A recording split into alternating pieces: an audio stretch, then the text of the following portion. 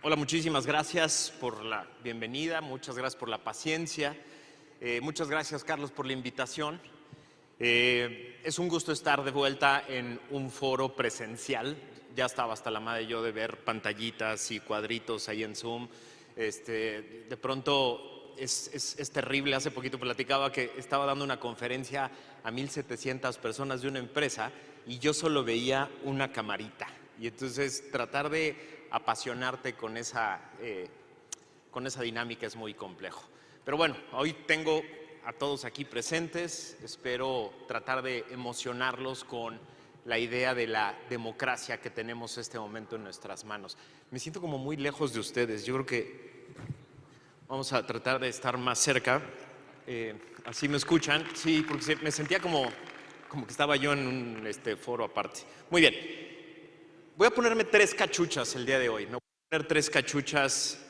¿Sí alcanza el micrófono? Sí. Me voy a poner 3 cachuchas diferentes en estos 40 minutos que tengo para platicar con ustedes. La primera cachucha es de historiador, porque a mí, yo soy desde hace 20 años doy clase en la universidad y nunca me ha gustado dar una charla sin poner el contexto, sin que la gente sepa de qué demonios estamos hablando y cómo llegamos aquí, cómo llegamos a este momento. La segunda cachucha que me voy a poner es la de abogado politólogo que soy, porque hace falta explicar qué es lo que está en juego en este momento en este país, porque están cosas muy importantes en juego. Y tercero, me voy a poner la cachucha de activista, ni modo. Yo, gracias a Dios, no soy parte de ninguna empresa, de ningún grupo, de ninguna asociación, y por lo tanto me puedo poner la cachucha que yo quiera y les puedo decir lo que yo quiera y puedo promover lo que yo quiera. Y entonces, pues a algunos no les va a gustar, a algunos espero que sí. Entonces, 3 cachuchas. Vamos a empezar con la primera, la cachucha de historiador. La cachucha de historiador a mí me gusta mucho porque este país es lo que es hoy gracias a muchos eventos que se fueron concatenando durante muchos años. De pronto se nos olvida todo el esfuerzo que implica haber construido una democracia. Se nos olvida que una parte gigantesca de la población del mundo no tiene el derecho a votar. Una parte muy importante de la población de este planeta en el que todos habitamos no tiene la posibilidad de escoger a sus autoridades y establecerles una agenda. No pueden hacerlo. Tienen que aguantarse con el que sea. Nosotros sí tenemos ese derecho, pero no lo teníamos. Entonces ahí va mi cachucha de historiador. Hace algunas décadas se generó una cosa que los politólogos del mundo tuvieron que buscar un nombre diferente a dictadura, tiranía y otro tipo de formas de ejercicio del poder no democrático que había en el mundo. México era un bicho tan raro en el mundo que los politólogos no sabían cómo demonios ponerle. Y entonces se pusieron de acuerdo en ponerle sistema de partido hegemónico, porque no sabían, porque no era una tiranía, porque no era una dictadura, porque había elecciones, porque había 3 poderes. Nominalmente, por lo menos desde la Constitución, México se parecía a una democracia. Entonces no se sentían cómodos de decirle a México dictadura. Y entonces sistema de partido hegemónico fue el término que se utilizó para describir a México durante casi 70 años. ¿Qué era el sistema de partido hegemónico? Aquí veo algunos canosos como yo que vivimos en ese mundo todavía. El sistema de partido hegemónico era un mundo en el que un partido político controlaba a los 3 poderes. Un partido político organizaba las elecciones, un partido político se nutría de diferentes sectores de la población para conformar el poder. En 1936 hicieron una reforma muy importante, que fue la prohibición de la reelección inmediata para todos los puestos de elección popular. Éramos el único país del mundo democrático, sin reelección inmediata para ningún puesto de elección popular. Y esto es muy importante porque para el PRI el reciclaje de cuadros era lo más importante para poder incorporar a los diferentes sectores al Estado mexicano. Es decir, el sector empresarial, los trabajadores, los campesinos y los burócratas se conglomeraron en diferentes grupos, asociaciones, sindicatos, etcétera, en torno al Partido Revolucionario Institucional para proveer al Estado de candidatos. Eran las cuotas, las famosas cuotas. Y el gran elector, que era el presidente de la República, era el que decidía qué cuotas le tocaban a qué sindicatos, a qué grupos, a qué asociaciones, en qué partes de la República, para qué poderes, etcétera. Y entonces había niveles, ¿no? Digamos, los menos importantes acababan de presidentes municipales en algún pequeño lugar. Si no la han visto, tienen que ver esta película que es, digamos, un pequeño documental de lo que era México, que es La Ley de Herodes. Si no la han visto, tienen que verla, es importantísimo.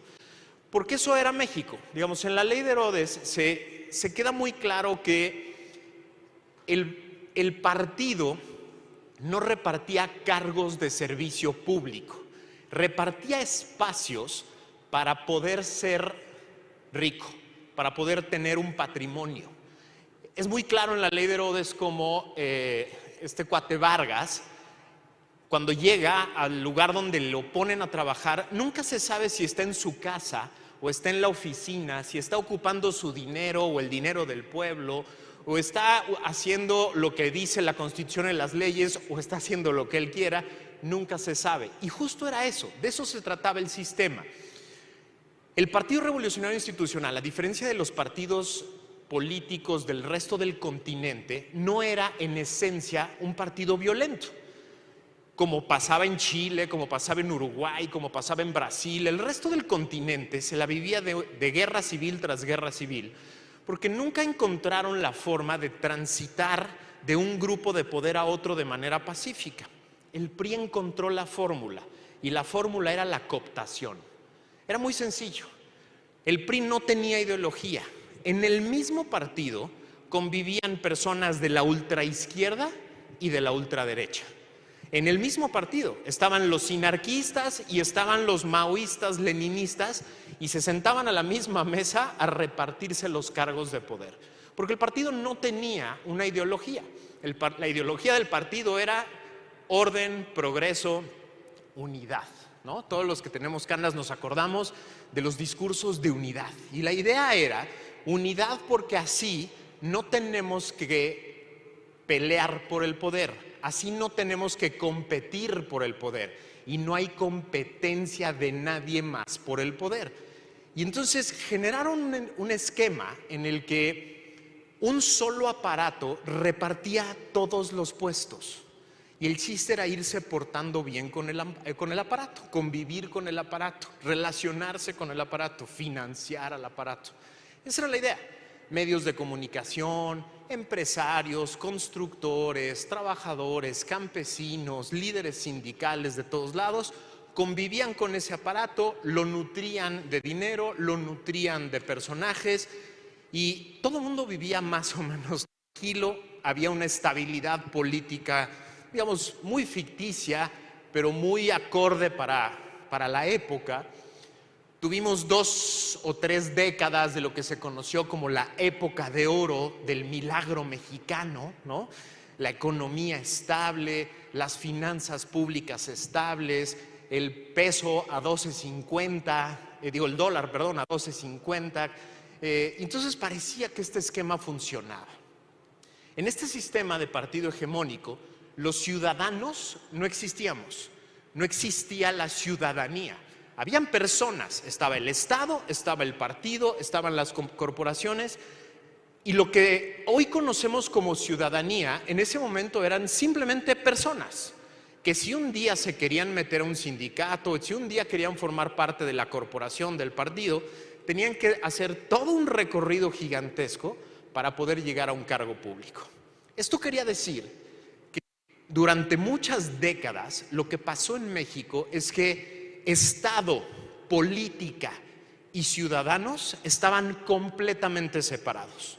No había un puente vinculante. Los que tenemos canas nos acordamos que cada 1 de septiembre nos sentaban en la escuela a soplarnos 3 horas de informe, ¿no? Una vez al año, este aparato en la televisión nos platicaba qué habían hecho.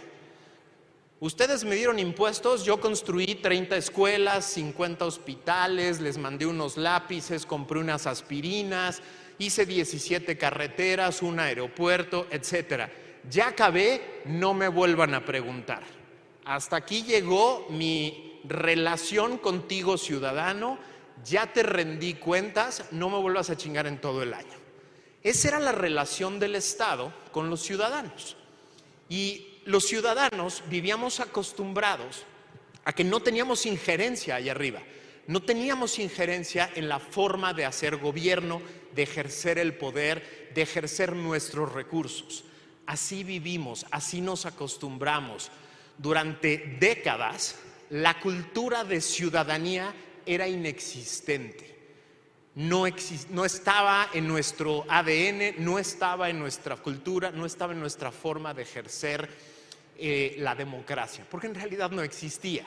Ahorita Tania nos platicaba de la gran labor que están haciendo los medios de comunicación, las plataformas nuevas, las plataformas independientes. A mí me tocó nacer en un país en el que había 2 periódicos, 3 canales de televisión y algunas estaciones de radio. En todos los periódicos, canales de televisión y estaciones de radio había un agente de la Secretaría de Gobernación tachando, literalmente tachando las cosas que se podían decir y las que no se podían decir. En ese mundo crecí yo, en ese mundo nací yo, en ese mundo nacieron varios de ustedes.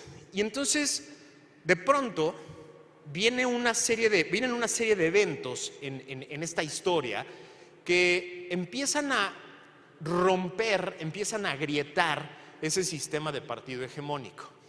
Desde el movimiento del 68 hasta las grandes crisis económicas de los 70s y 80s, el sismo del 85, el fraude del 88, empiezan a romper por completo ese gran aparato de sistema hegemónico que controlaba todo. La ciudadanía empieza a despertar, empieza a enojarse, empieza a actuar, empieza a reclamar, empieza a escoger poco a poco en capitales de la República a presidentes municipales de otro partido, a diputados locales de otro partido, de pronto por ahí un diputado federal de otro partido, y poco a poco empieza a despertar esto que hoy conocemos como ciudadanía, pero de manera muy precaria, de manera muy valiente. Eran personas que literalmente se jugaban la vida, se jugaban el pellejo tratando de enfrentar al aparato, a ese aparato gigantesco, a ese partido hegemónico enorme.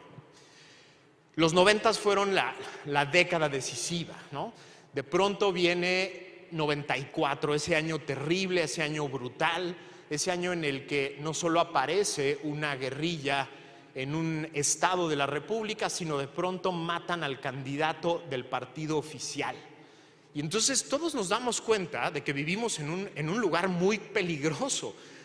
O sea, si a alguien se le puede acercar a 1 metro de distancia y ponerle una pistola al candidato oficial y matarlo, quiere decir que todos estamos en peligro. Y las cosas empiezan a cambiar de manera muy importante. ¿Por qué? Porque resulta que para el 28 de marzo que sucede esto, 24, perdón, de marzo que sucede esto, la Constitución establecía la prohibición de poner a cualquier candidato que todavía formara parte del gabinete. Entonces el partido en el poder tuvo que echar mano de lo que tenía, del coordinador de campaña de Colosio, que era Ernesto Zedillo. Cuando puedan, no ahorita porque si no me van a dejar de hacer caso, pero cuando puedan, al ratito que estén en su casa, pongan en Google payaso Bubulín. En serio, apúntenlo por ahí. Payaso Bubulín. Y se van a encontrar un payaso, creo que era colombiano, que era idéntico a Ernesto Zedillo. Idéntico, idéntico. ¿Qué quiere decir esto? Que al PRI le costó miles de millones de pesos vendernos a Ernesto Zedillo. Miles de millones de pesos que tuvieron que salir de todos lados. En términos oficiales, solo en términos oficiales, lo que conocemos, la campaña de Ernesto Zedillo gastó 10 veces más dinero que la segunda campaña, que fue la de Diego Fernández de Ceballos. Tuvieron que invertir todo lo que pudieron por sacar esa elección adelante. Pero la crisis ya estaba cantada, la crisis del partido ya estaba cantada, y lo que sucedió simplemente fue una cadena de eventos que nos llevó primero a la reforma del 96. La reforma del 96 fue fundamental, porque fue una reforma en la que se constituyó por primera vez en la historia un Instituto Federal Electoral en ese momento, un Instituto Federal Electoral realmente autónomo. Las elecciones antes las organizaba la Secretaría de Gobernación. Desde la Secretaría de Gobernación se escogía quién podía votar, quién podía ser votado, quién podía ser partido político, cómo se organizaban las urnas, cómo se hacían los materiales electorales. Imagínense qué divertido. Era una época en la que el partido en el poder controlaba todos los elementos esenciales de una elección. En 1990 nace el IFE, pero nace todavía como un apéndice de la Secretaría de Gobernación. Es hasta la reforma del 96 que se crea un organismo constitucional autónomo, realmente independiente del poder y realmente capaz de defenderse de los embates del poder que pretendía manipular las elecciones. ¿Qué pasa con esto? Muy rápido vemos los primeros resultados. En la elección intermedia de 1997, el partido hegemónico pierde la mayoría en la Cámara de Diputados por primera vez en la historia y se viene una crisis brutal. Porque a partir de ese momento todos los presupuestos, todas las cosas importantes tenían que negociarse con otros partidos. El PRI no sabía hacer eso, no sabía cómo se hacía. Estuvo tan grave la cosa que Arturo Núñez, que era en ese momento el coordinador de la bancada del PRI en San Lázaro, estuvo a punto de no poder instalar el Congreso el 1 de septiembre de 1997 porque no había acuerdo sobre las comisiones. Porque el PRI no sabía negociar. El PRI llegaba en otras épocas y decía: yo me voy a quedar con la Comisión de Hacienda, me voy a quedar con la de Gobernación, me voy a quedar con la de Presupuesto, y para ti te voy a dar la de Juventud, tú vas a tener la del Deporte, tú vas a tener la de Medio Ambiente, y etcétera. En ese momento los partidos de oposición dijeron: yo quiero las buenas, yo quiero las grandes. Estuvo a punto de no instalarse el Congreso en la legislatura 57 el 1 de septiembre de 1997, y fue un hito muy importante. ¿Por qué? Porque el PRI necesitaba que toda la deuda pública del FOBAPROA, ¿se acuerdan del FOBAPROA? Algunos sí se acuerdan, otros no se acuerdan. El FOBAPROA era este fondo para rescatar a la banca que se acabó en 1994-95 con la crisis. Y esto es importantísimo porque cuando se acaba este fondo, el PRI tiene que tomar la decisión de hacer deuda pública, toda la deuda de la banca mexicana. Pero entonces eso nos iba a tomar años de pagar. Y entonces cada presupuesto había que reconvertir la deuda de los bancos en deuda pública. Y entonces cada presupuesto había que negociar con los otros partidos. Y entonces cada presupuesto, los otros partidos ponían sus demandas sobre la mesa. Demandas de instituciones autónomas, de reformas importantes, de nuevos organismos públicos que empezaran a romper la hegemonía del sistema de partido hegemónico en el ejercicio del poder del Estado. Y esto es fundamental, porque a partir de ese momento se empezó a preparar todo el terreno para la transición a la democracia del 2000. Hubiera sido imposible sin todas estas reformas. Imposible, absolutamente imposible. Todas estas reformas permitieron que en el 2000 se hiciera el tránsito a la democracia. ¿Qué es el tránsito a la democracia? Todavía traigo mi gorra de historiador, sangrón, académico, etcétera. Y entonces, ¿qué decimos los que estudiamos las transiciones? Lo que decimos es: las transiciones a la democracia se dan cuando ya es imposible regresar al sistema anterior, al sistema de partido hegemónico. En el 2000 fue imposible. Fox llega al poder y es el primer presidente mexicano de la historia que no tiene al Congreso en sus manos, que tiene la minoría de las gubernaturas, la minoría de los congresos locales, la minoría de las presidencias municipales, no tiene sindicatos, no tiene corporaciones empresariales, y el 95% de su aparato burocrático, del aparato burocrático federal, era de los gobiernos anteriores. No lo estoy justificando, no vamos a hablar ahorita de calidad de gobierno, vamos a hablar del Estado mexicano. Entonces, el primer presidente de la transición se encuentra con un Estado que no le pertenece y que no entiende y que no sabe cómo funciona y que funciona a la vieja usanza todavía, ¿no? Pero a partir de ese momento se empiezan a consolidar varias reformas. En 94 ya se había hecho una gran reforma para hacer realmente independiente al Poder Judicial. Se había hecho una gran reforma también para hacer independiente al Banco de México. Se había hecho una gran reforma para generar una comisión de derechos humanos. Se habían empezado a hacer reformas muy importantes para reconfigurar al Estado mexicano. Me quito la gorra de historiador y me pongo la de abogado politólogo. A ver, grandes reformas que nos empezaron a convertir en una democracia real, por lo menos desde el punto de vista nominal. Es decir, Si leíamos la Constitución mexicana y leíamos la Constitución alemana o la Constitución noruega o la sueca, nos parecíamos mucho. 3 poderes, autonomía real, órganos autónomos con funciones claras, organización de elecciones a través de órganos autónomos, etc. Parecíamos una democracia muy completa, muy estructurada, muy bien hecha. Pero nos faltó una chamba muy importante, que es la chamba de hacer ciudadanía. Las democracias solo existen a través de la ciudadanía.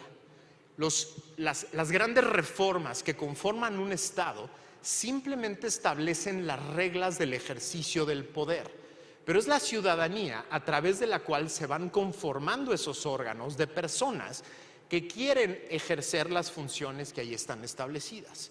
¿Qué fue lo que nos pasó? Lo que nos pasó es que los partidos políticos mantuvieron el monopolio de la agenda pública y nosotros nos dejamos.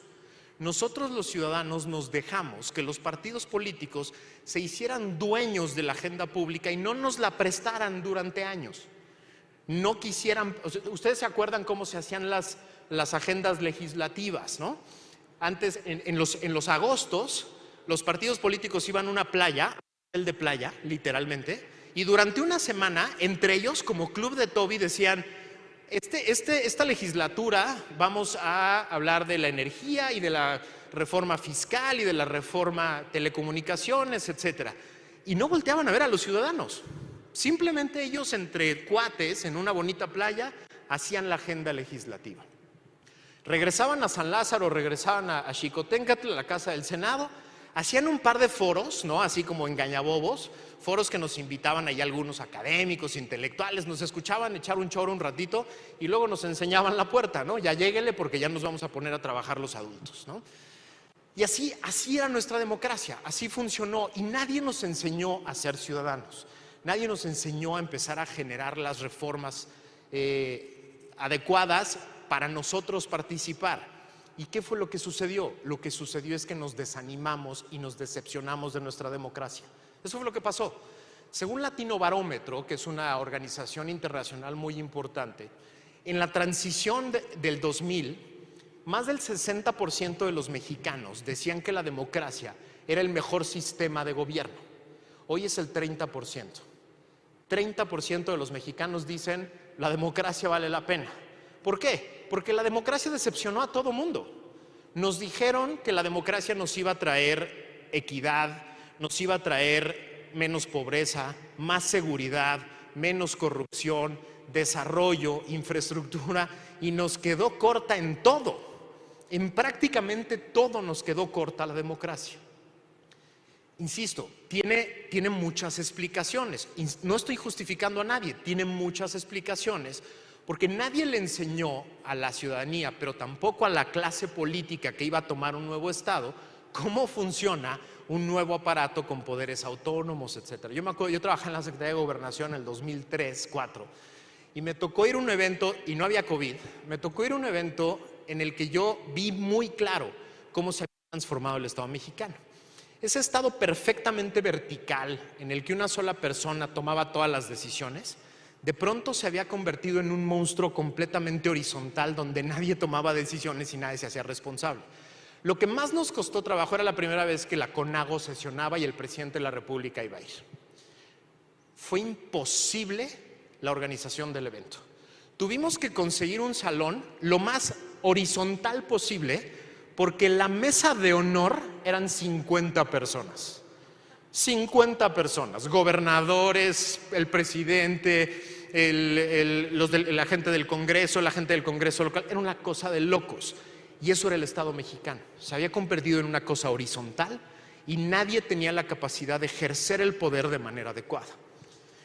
Esa decepción por la democracia, y ahora me quito ya finalmente esa gorra y ahora me pongo la de activista, esa decepción por la democracia permitió que en el 2018 llegara una persona que abiertamente, no es opinión mía, abiertamente está en contra de las instituciones democráticas. No le gustan.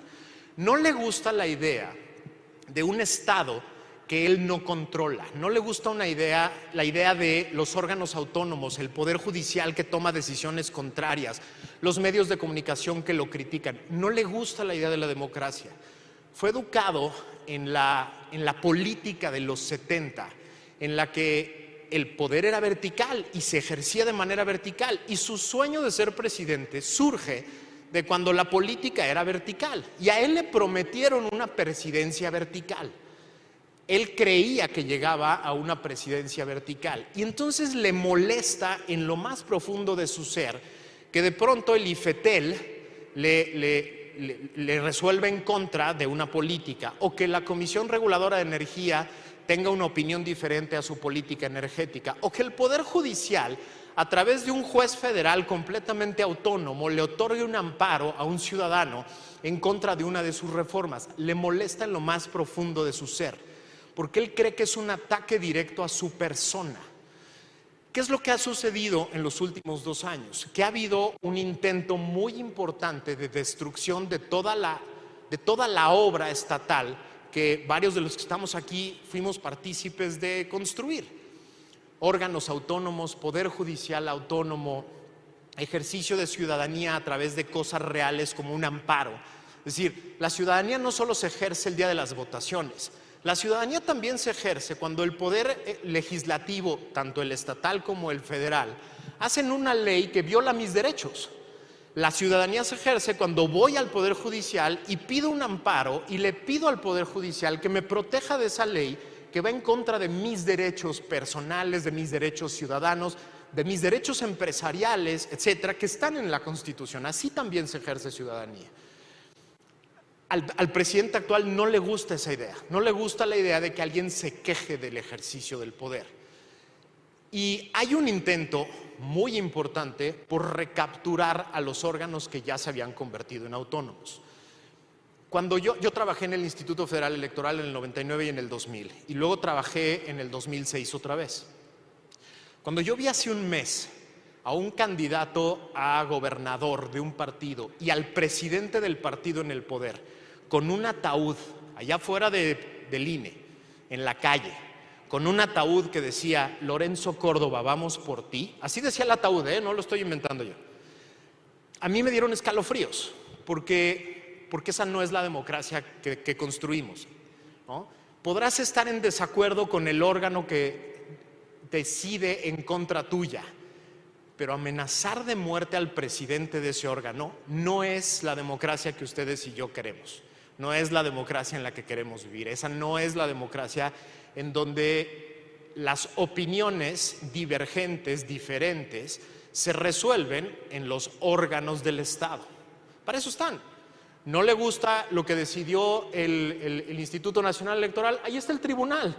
Y el Tribunal Electoral no es precisamente favorable a los intereses de la oposición. Ahí están los órganos. ¿Qué es lo que les digo? Lo que les digo es que las democracias, las más desarrolladas del mundo, todas, funcionan a través del caos institucional. ¿Qué quiero decir con esto?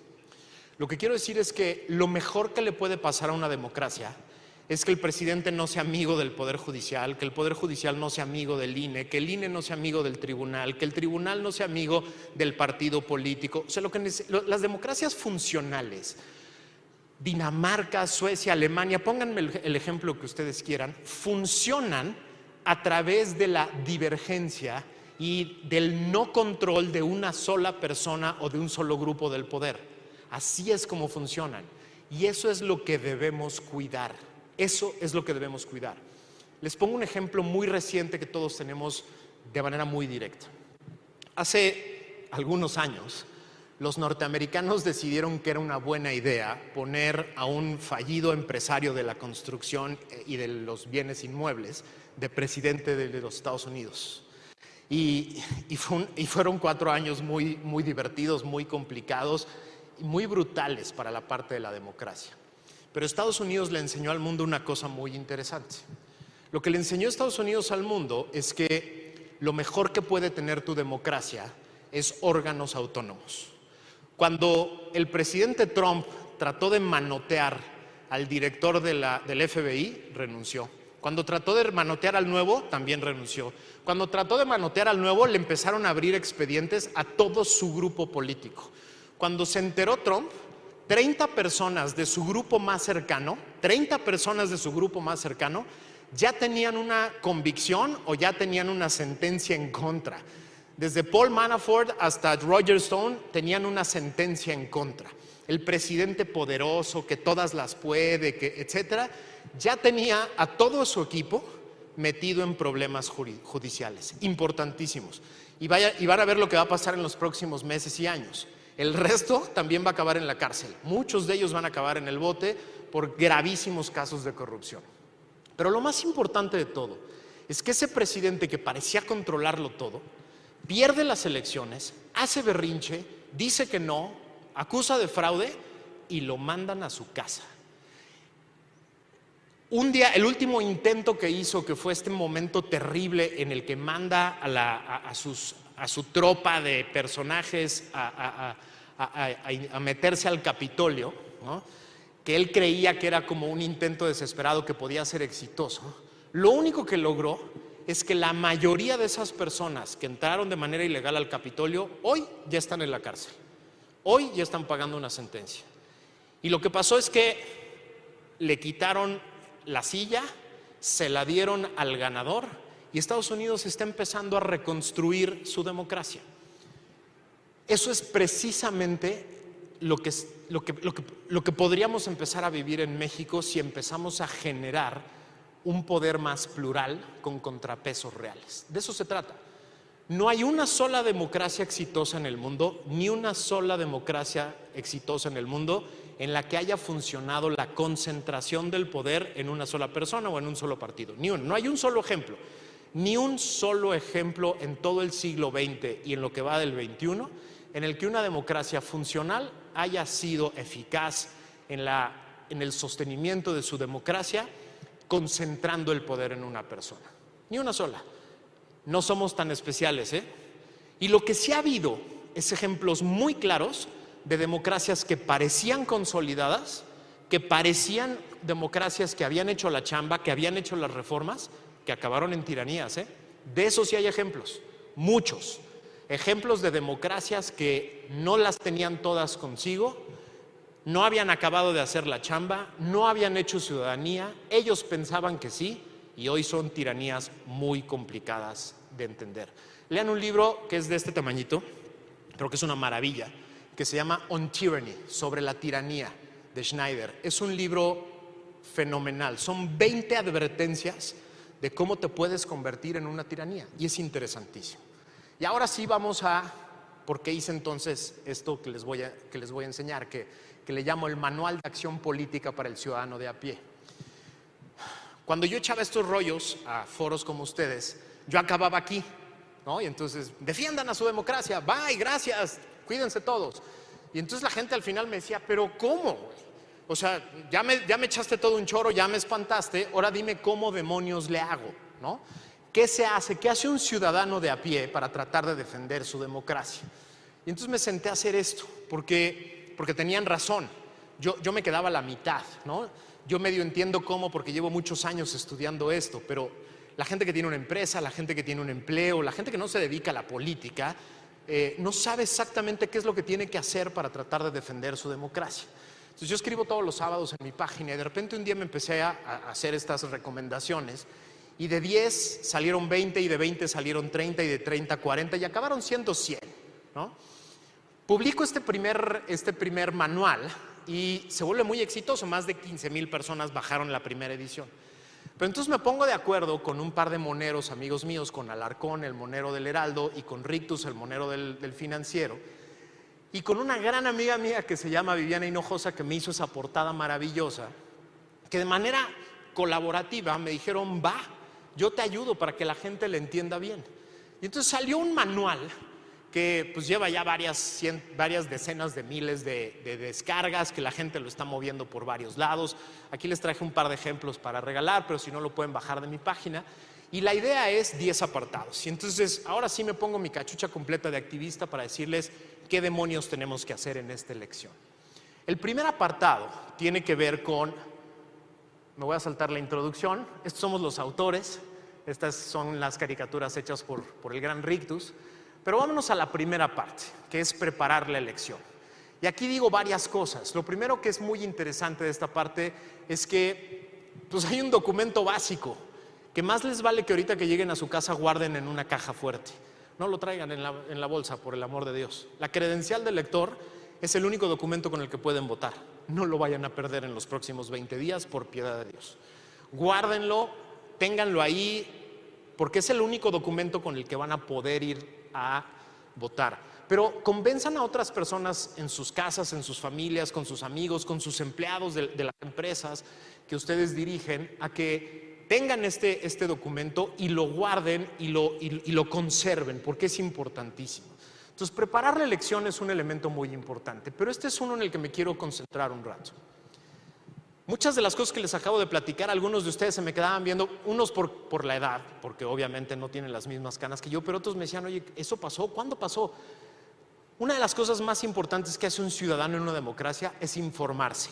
Y no, el WhatsApp de las tías no es informarse. El meme de las tías y la teoría de la conspiración de la tía, eso no es informarse.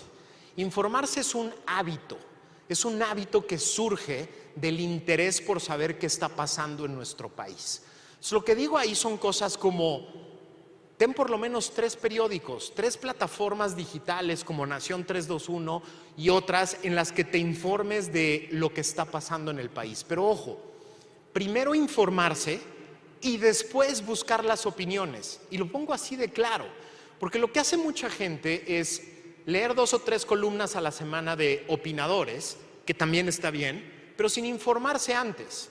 Lo primero que tiene que hacer un ciudadano demócrata es hacer su propio criterio. ¿Qué está pasando en el país? 20 minutos en la mañana con un café en la mano para enterarse de qué demonios está pasando en México. ¿Qué está pasando con la inseguridad? ¿Qué está pasando con la vacuna? ¿Qué está pasando con la pandemia? ¿Qué está pasando con la infraestructura? ¿Por qué la gente se enoja tanto con la construcción de Dos Bocas o del Tren Maya? Es importante tener una opinión, es importante tener un criterio propio, porque si no, no van a saber qué es lo mejor para ustedes a la hora de elegir. Importantísimo. ¿Qué digo después? Hay que tener por lo menos 5 columnistas buenos a los que todas las semanas leo. ¿Por qué? Porque hay gente muy seria en México haciendo opinión, traduciendo o tratando de explicar cosas complejas, fenómenos complejos. Entonces, después de que se informen, es importante acceder a 2 o 3, 5 personas que me explican un poco mejor algún fenómeno. Importantísimo, también como hábito.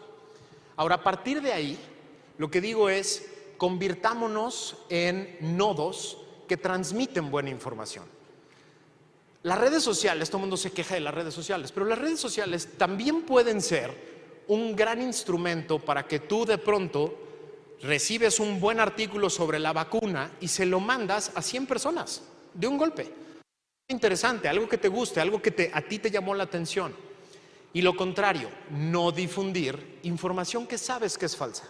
No sirve de nada, ¿eh? Es decir, a pesar de que yo crea que la información que estoy difundiendo le pega al candidato que odio, en realidad no sirve de nada y solo ensucia la formación y el criterio de todo mundo. ¿Por qué? Porque entonces los del bando de enfrente hacen lo mismo. Difunden información falsa sobre las personas que yo considero que son los que deben de acceder al poder y se vuelve un círculo vicioso que a nadie ayuda. Vámonos a la tercera parte, que es, hay que utilizar los medios de comunicación, hay que utilizar las redes sociales para bien.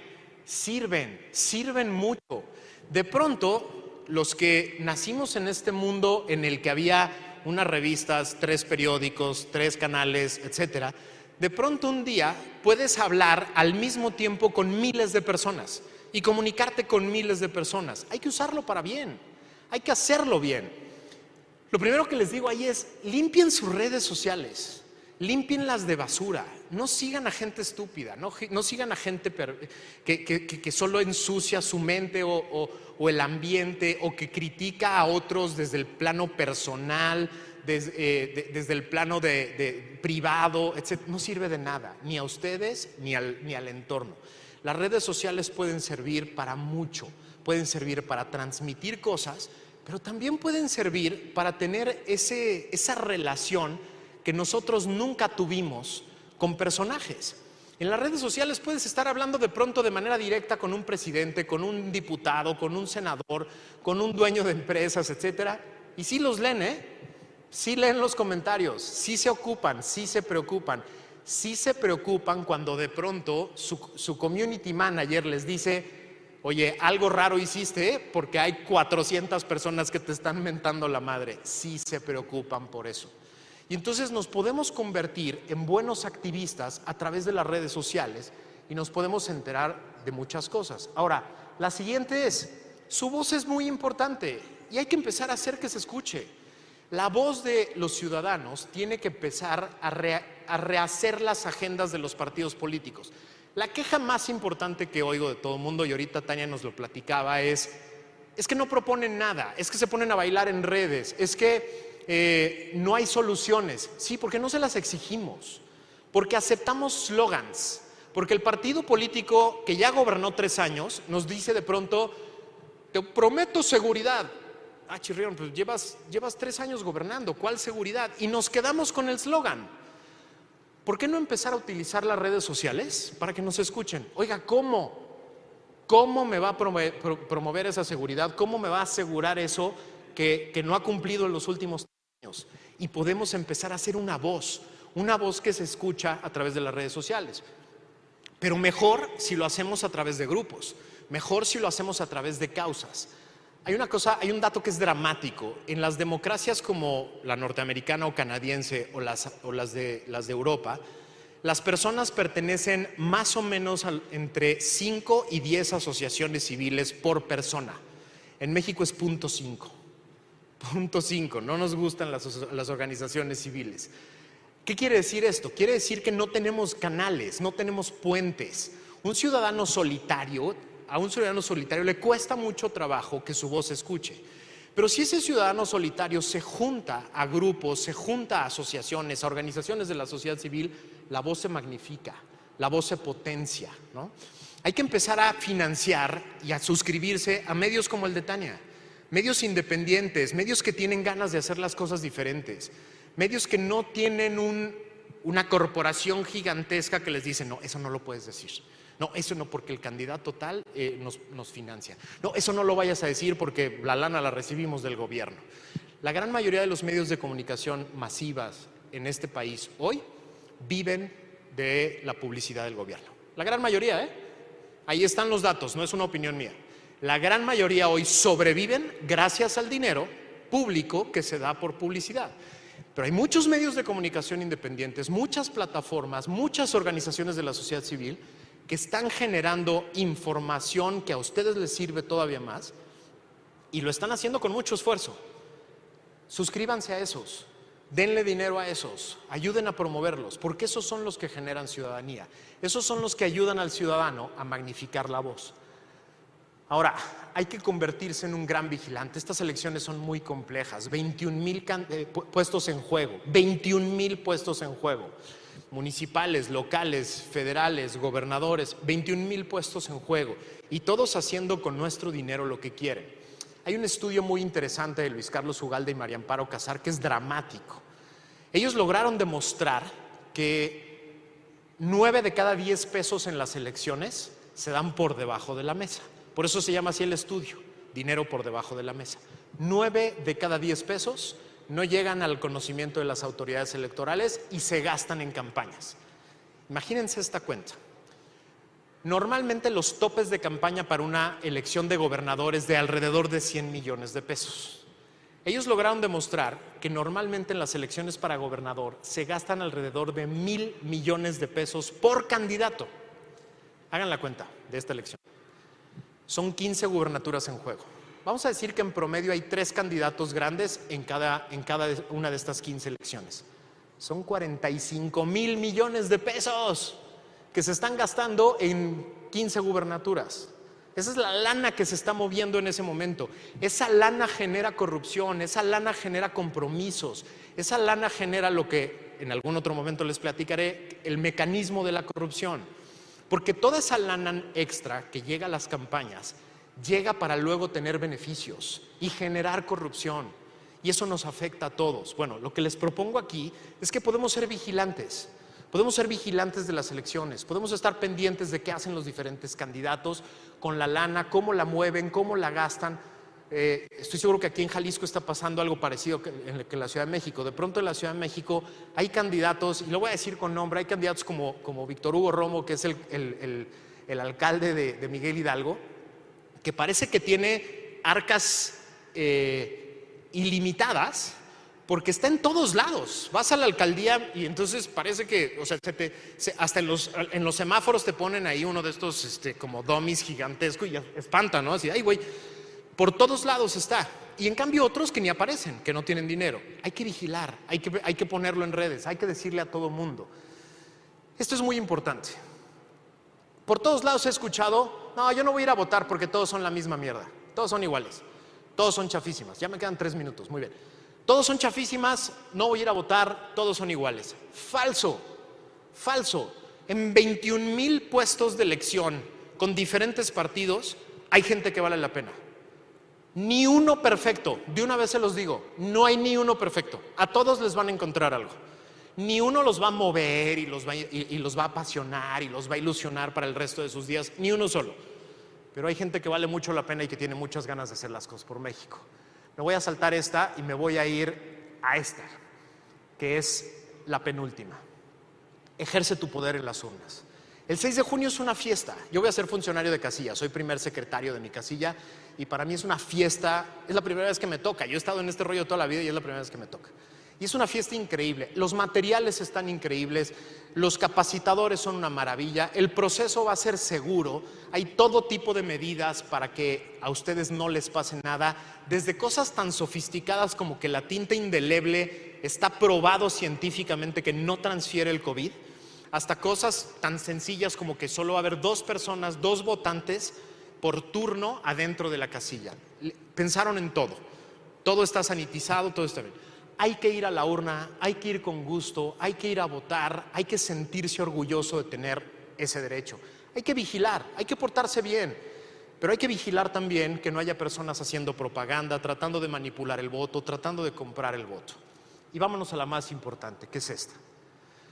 Porque lo más importante de este año no es el 6 de junio, es el 7 de junio. El 7 de junio es el día que en realidad nos volvemos ciudadanos. Porque ese día es el día que empezamos a exigir que se haga lo que nos prometieron. Ese día es el día que defendemos nuestra democracia de todos los chillones que van a salir a decir, ¡ay, me robaron! ¡Ay, fraude! ¡Ay, no gané porque me hicieron fraude! Ese día es el que les decimos a todos ellos, se aguanta. Jugó con las reglas, perdió con las reglas, se aguanta. Y ese día es el que defendemos todos nuestra democracia, porque hacemos que todos los candidatos que ganaron, los que tuvieron un cargo, se conviertan en nuestros servidores públicos. Nuestros, de nosotros. Nosotros les pagamos. No son nuestros empleados, véanlo de una manera diferente. Ustedes, todos los que estamos aquí, son el consejo de administración de una cosa llamada el Estado mexicano y ustedes dirigen a esa democracia. Voy a hacer un ejercicio a ver si me sale. Ya con esto acabo. Necesito que se paren. Un minutito. Párense todos. Solemos decir siempre, soy mexicano, o nací en México, o quiero un chingo a México, ¿no? Solemos decir eso. Pero hay algo que no entendemos, que es, yo soy México. Quiero que me ayuden a la desde 3 a gritar 3 veces, yo soy México. ¿Va? ¿Se vale? 1, 2, 3. Yo soy México, yo soy México, yo soy México. No, otra vez. Tiene que ser mucho más fuerte que eso, porque no les creí ni madre. O sea, me trajeron aquí diciéndome que este grupo de mexicanos tenía ganas de defender la democracia. Entonces va de nuevo, a la de 3. 1, 2, 3. Yo soy México, yo soy México, yo soy México. Y un grito más. Y esta es mi democracia. 1, 2, 3. Y esta es mi democracia. Muy bien, muchas gracias.